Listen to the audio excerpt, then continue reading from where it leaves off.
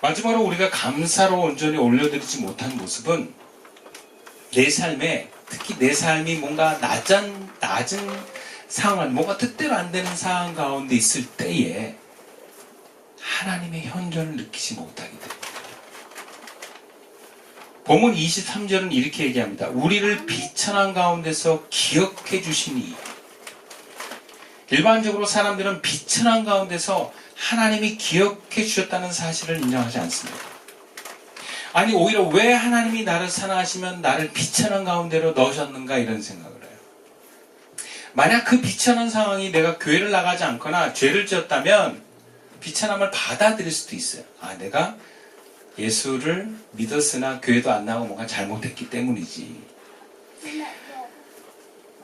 그런데 그런 사람 말고 내가 교회 생활도 잘하고 뭔가 신앙생활도 잘하고 있는데 비천한 상황에 처하잖아요. 그럼 화를 냅니다. 만약에 화를 낼 수 없다면 우울감이 빠집니다.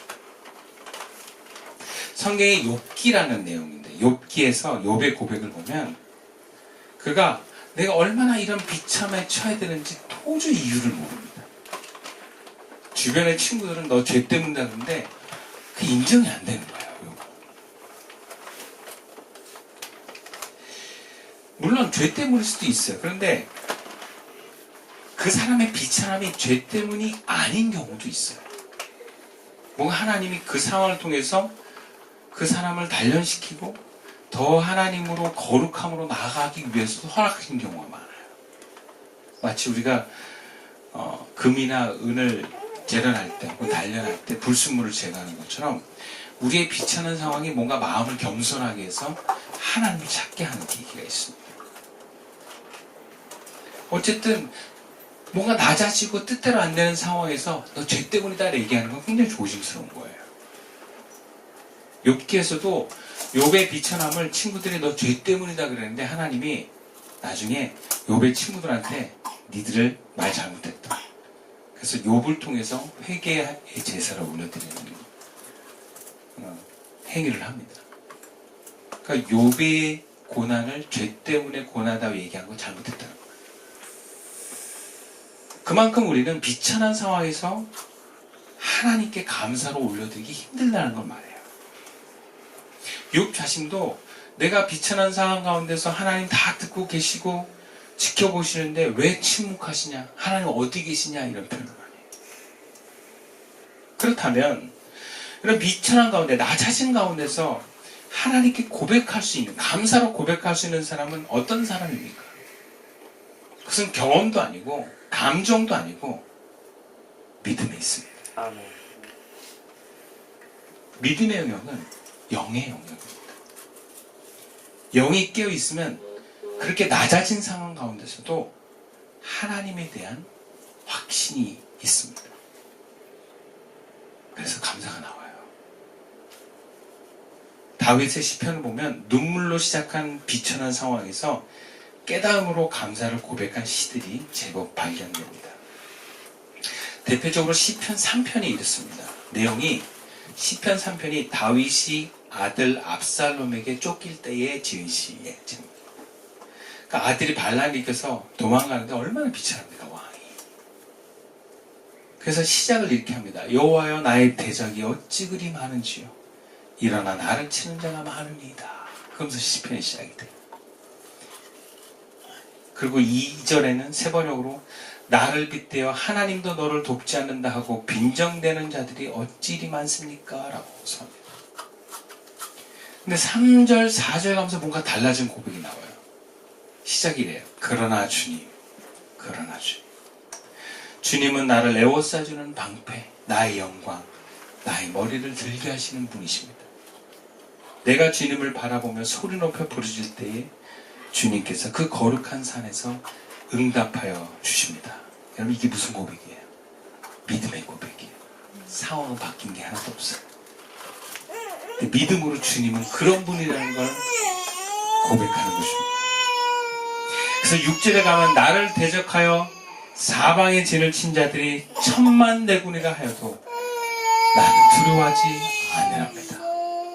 고백하는 것입니다. 마지막에 구원은 주님께만 있습니다. 주님의 백성에게 복을 내려주십시오.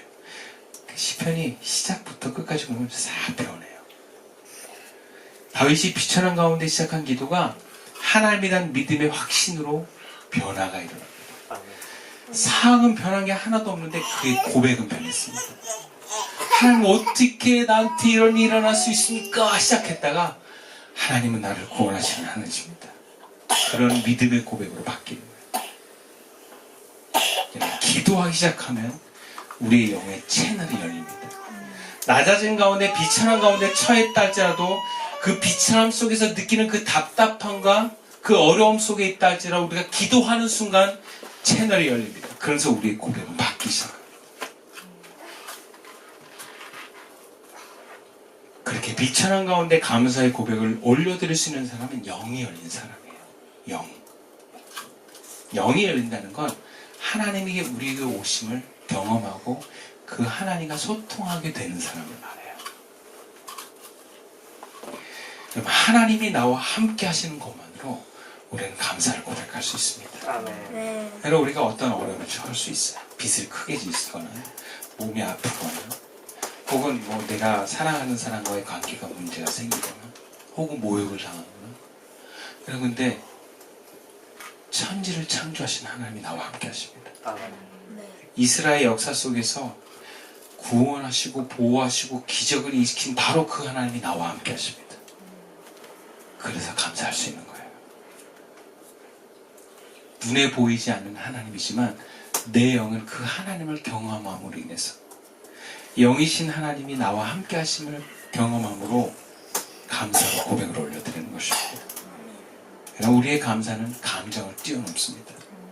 근데 그 감정을 뛰어넘어서 영으로 그 하나님을 경험하고 감사로 고백하기 시작하면 우리의 감정도 바뀌기 시작합니다. 아멘. 우리의 감정도 감사합니다라고 바뀌기 시작하는 것이 바로 감사로 고백하는 사람이 주시는 은총입니다. 아멘. 내 삶은 여전히 비참해도 하나님의 선하심을 의심하지 않을 때 하나님은 우리에게 응답하십니다. 어쩌면 우리가 일상에서 경험하는 긍정적인 경험이나 혜택에 대해서 느끼는 고마움의 감정은 그런 감사의 핵심이 아닐 수 있어요. 상처 많고 죄 많은 세상 속에서 우리의 감정은 참 많이 왜곡되어 있습니다. 우리의 삶에 주어진 하나님께 대한 당연하고 큰 감사에 대한 고백은 감정이 아니라 우리의 영에서 일어납니다. 아멘. 만약에 우리의 영이 닫혀 있다면 우리는 감정도 하나님께 감사할 수 없게 되는 것입니다. 그런 의미에서 감사를 회복하는 것은 우리의 영이 깨어나는 거예요. 감사를 회복할 때 우리의 영은 더욱더 하나님의 은총과 확신 그리고 그분에 대한 믿음으로 힘을 얻게 됩니다. 용기가 나오게 됩니다. 그리고 눈에 보이는 환경이 아니라 하나님이 일으키시고 세우실 그 구원을 소망하게 됩니다. 그래서 오늘 기뻐할 수 있는 거예요. 비천한 가운데 혹시 살고 있는 사람은 있습니까? 낮아진 삶 속에서 뭔가 내 뜻대로 안 되는 답답한 환경에 있는 사람들이 있습니까? 그렇다면 하나님의 선하심을 인정하는 것에부터 시작하시고 하나님께 감사를 올려드리십시오. 아멘. 그런 변화가 일어날 것입니다. 말씀을 마칠게요. 여러분, 하나님께 대한 감사는 우리의 삶을 회복시킵니다. 여러분 정말 감사를 잘하고 계십니까? 아니면 내 감정이 지금 너무 좀 감격스럽지 않아서 감사를 멈추고 계시진 않습니까? 주님 우리가 감사를 통해서 하나님 자신이 덕을 보려는데 하고 있지 않습니다. 야, 너희들 감사해라. 나 그럴 만한 존재다. 하나님 그런 분이 아니에요. 하나님 우리에게 감사를 얘기하시는 건 우리가 하나님께 감사할 때 우리는 하나님과 가까워집니다. 아멘. 그리고 하나님과 가까워지는 것만큼 하나님의 은혜와 축복이 내려주시고 있습니다. 아멘. 하나님 우리를 위해서 감사하라는 거예요. 감사를 회복합시다. 그리고 하나님의 선하심을 의심하지 맙시다. 그리고 영으로서 감사의 곡을 올려드립시다. 주님이 더 풍성한 은혜와 복을 내려주실 것입니다.